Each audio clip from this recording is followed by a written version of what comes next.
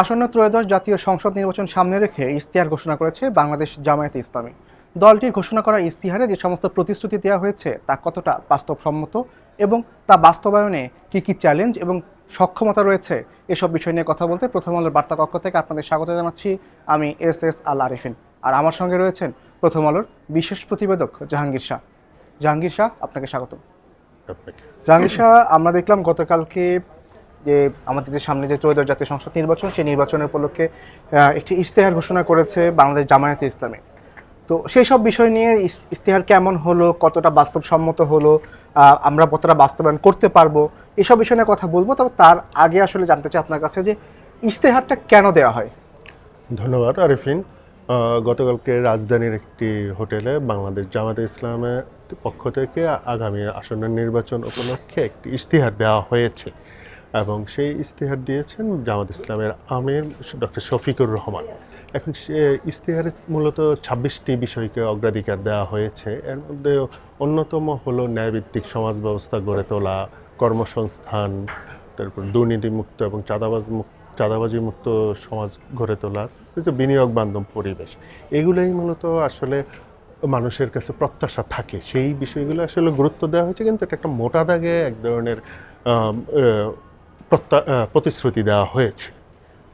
তো আমি যদি আপনার কাছে জিজ্ঞাসা করি যে আপনার কাছে কি মনে হয় জামাতে ইসলামীর এই ইশতেহার আসলে কেমন হলো?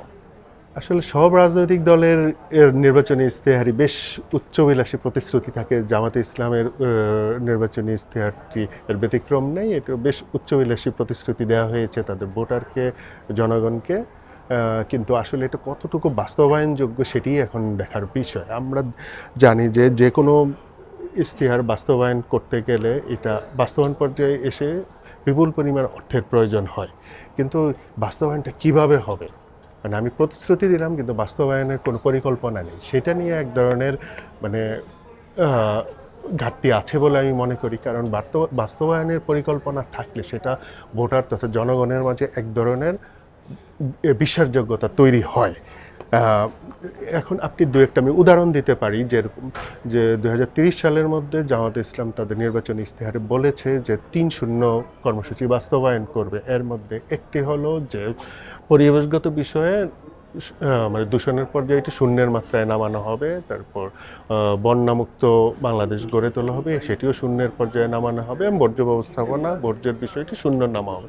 কিন্তু আমরা জানি যে আগামী নির্বাচনে যারা ক্ষমতায় যাবেন তারা মোটামুটি বলা যায় যে 30 সাল পর্যন্ত তাদের মেয়াদ থাকবে। সেই ক্ষেত্রে তাদেরকে এই 3টি বিষয় শূন্যের পর্যায়ে আনতে হলে যে পরিমাণ বিনিয়োগ দরকার হবে এবং যে পরিমাণ অর্থের প্রয়োজন হবে, এটা আসলে বাস্তবায়নটা কীভাবে হবে জামাতে ইসলামের নির্বাচনী ইশতেহারে কিন্তু সেটা বিশদ কোনো পরিকল্পনা আমরা দেখতে পাইনি। হয়তো তাদের দলের ভিতরে সে বিষয়ে কোনো কথাবার্তা হয়েছে, সেটা কিন্তু পাবলিক করা হয়নি। আর আরেকটা বিষয় যে কর্মসংস্থানের বিষয়ে জোর দেওয়া হয়েছে, জামাত ইসলাম জোর দিয়েছে, এটা সব রাজনৈতিক দলগুলাই দেন। এটা জনগণের একটা খুব জনপ্রিয় ইস্যু হয়ে থাকে। জনগণের প্রত্যাশা করেন তার কর্মসংস্থান কিভাবে হবে। কিন্তু আপনি দেখেন প্রতি বছর আমাদের প্রায় 20 থেকে 22 লাখ তরুণ কর্মবাজারে প্রবেশ করে, শ্রমবাজারে প্রবেশ করে, কিন্তু আমরা তাদেরকে সবাইকে কর্মসংস্থানের সুযোগ করে দিতে পারি? আসলে তা হয় না। কিন্তু শোভন কাজের ক্ষেত্রে যেই বিষয়টি দেখা যায় যে সরকারের এক ধরনের পরিকল্পনা থাকতে হয় কিভাবে এই শোভন কাজ অথবা চাকরির ব্যবস্থা করবে, কিন্তু সেটি কিন্তু আসলে নির্বাচনী ইশতেহারে সেটি পরিষ্কার করে বলা নাই। সেটি থাকলে হয়তো জনগণ আরও বিষয়টি স্পষ্টভাবে বুঝতে পারতেন।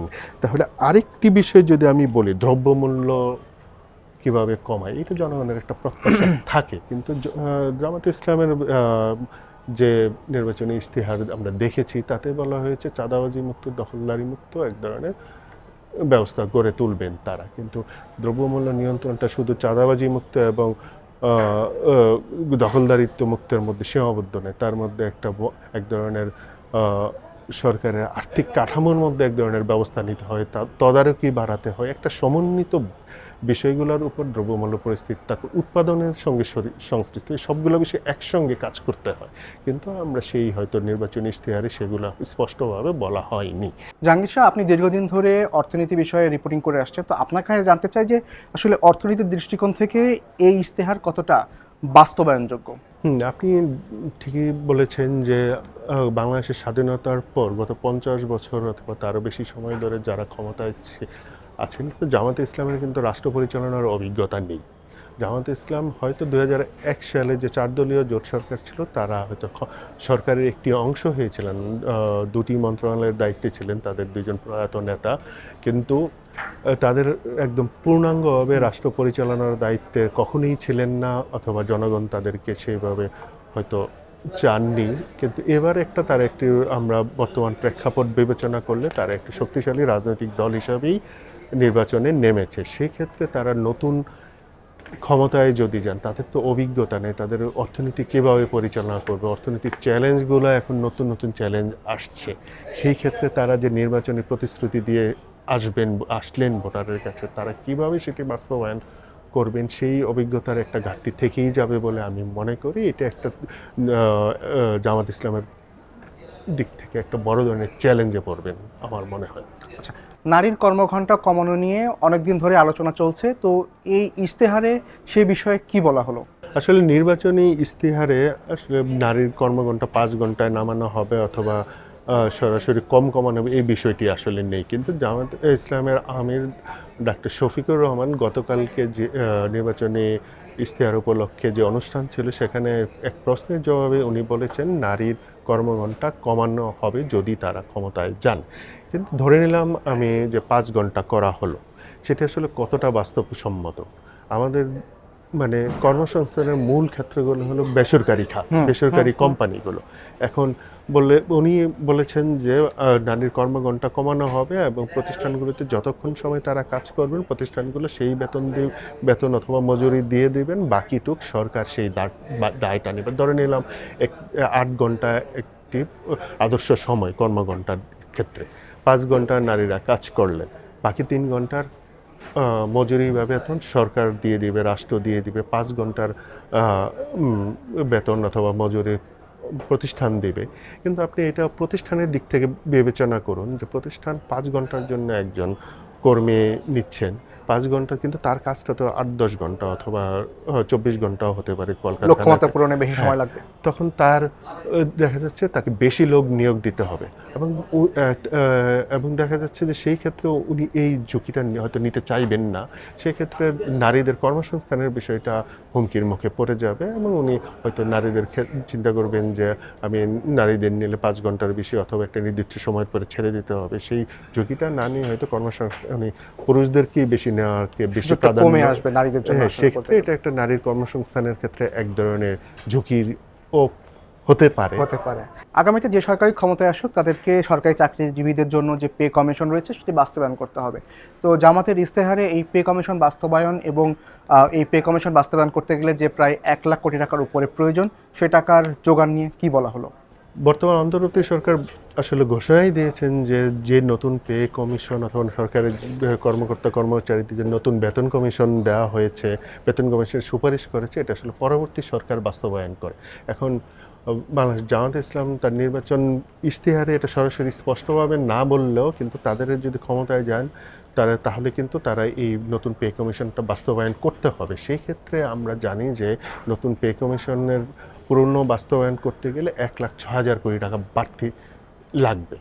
কিন্তু এই টাকাটা সরকার কোথা থেকে এই আদায়টা করবে? বাংলাদেশ রাজস্ব বোর্ডকে, জাতীয় রাজস্ব বোর্ডকে এই টাকা আয় করতে হবে। সেই ক্ষেত্রে আমরা অতীতের অভিজ্ঞতা দেখা গেছে যে জাতীয় রাজস্ব বোর্ড প্রতি বছর 10 থেকে 12, 13, 14% পর্যন্ত রাজস্ব আদায়ে প্রবৃদ্ধি থাকে। কিন্তু এই বাড়তি 1,06,000 কোটি টাকা আদায় করতে হলে আগামী অর্থ বছরে জাতীয় রাজস্ব বোর্ডকে প্রায় 25% প্রবৃদ্ধি অর্জন করতে হবে। এইরকম এত প্রবৃদ্ধি রাজস্ব বোর্ড কখনোই করেনি, সেটা রাজস্ব আদায় পারবে না বলে আমি মনে করি। তবে নতুন সরকার, বিশেষ করে জামাতে ইসলাম যদি ক্ষমতায় আসে অথবা অন্য যে কোনো সরকারি দলই ক্ষমতায় আসলে তার জন্য একটা বড় চ্যালেঞ্জ হয়ে যাবে এই সরকারি কর্মকর্তা কর্মচারীদের নতুন পে কমিশন গঠনের পুরোপুরি বাস্তবায়নের ক্ষেত্রে। জাহাঙ্গীর সাহেব, যখন কোনো দল ক্ষমতায় আসার আগে ইশতেহার দেন, তখন আসলে আমরা সবাই একরকম একটা খুঁজতে থাকি যে আসলে আপনার আমার জন্য আসলে লাভ কি, আপনার আমার জন্য সুবিধা কি আসছে, আপনার আমার কোন প্রত্যাশাটা আসলে এই সরকার, পরে যে সরকার আসবে তিনি পূরণ করবে।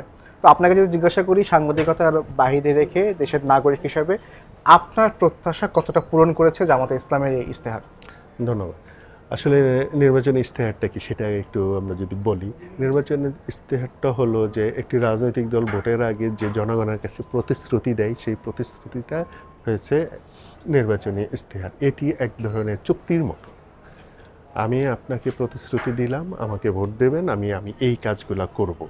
আর ভোটার মনে করে যে আপনি এই কাজগুলো করবেন, প্রতিশ্রুতি দিয়েছেন বলেই আমি আপনাকে ভোট দিয়েছি, আপনাকে ক্ষমতায় নির্বাচিত করেছি। বসিয়েছি, নির্বাচিত করেছি। এটা এক ধরনের মানে চুক্তির মতো।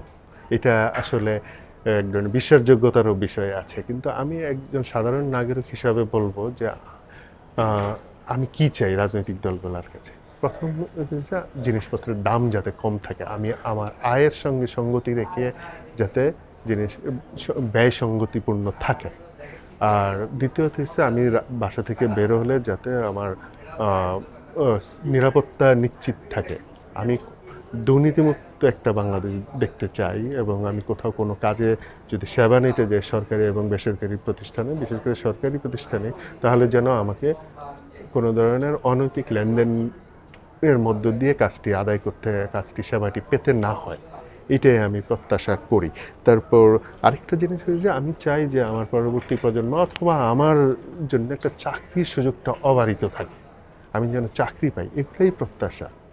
তারপর আর ব্যবসায়ীদের দৃষ্টিকোণ থেকে যদি বলি, তাহলে সেটা হয়তো ব্যবসায়ীরা চান যে একটা ব্যবসা বান্ধব পরিবেশ থাকুক, তারপর একটা করের বোঝাটা একটু কম থাকুক, অথবা আমি যেন ব্যবসা করতে গেলে কোনো মানে চাঁদাবাজির মুখে না পড়ি, কিন্তু অনৈতিক অপ্রত্যাশিত কোনো ব্যয় যেন না আসে। অপ্রত্যাশিত ব্যয় যেন না আসে, এগুলো আসলে প্রত্যাশা থাকে রাজনৈতিক দলগুলোর কাছে।